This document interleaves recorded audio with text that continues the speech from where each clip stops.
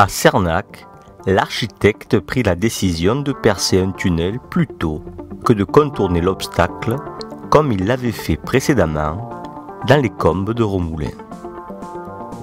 Ici, la pierre est tendre et le tunnel à percer plutôt court, quelques 540 mètres si l'on ajoute les 3 tunnels, celui de la Pérotte, celui de Cantarelle et celui du village de Cernac, qui à lui seul mesure près de 400 mètres.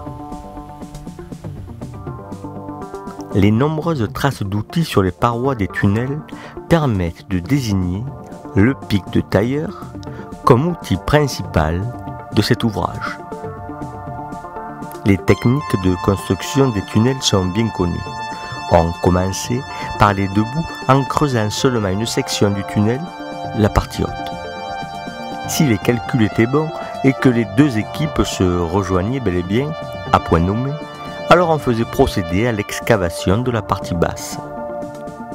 En cas d'erreur mineure, on déterminait l'ajustement. En cas d'erreur plus importante, on jetait le responsable au lion, ou pas.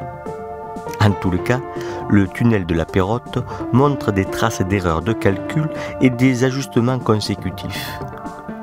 Au fur et à mesure de la progression des tunnels, d'autres carriers perçaient les puits pour rejoindre la galerie et donner un nouvel exutoire aux matériaux issus du creusement.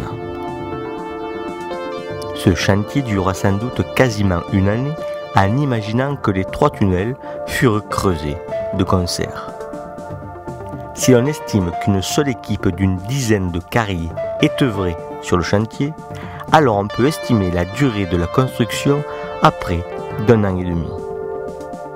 Peut-être doit-on ajouter encore quelques mois du fait des erreurs de pilotage du creusement et des effondrements de terrain marneux évidents dans le tunnel du village.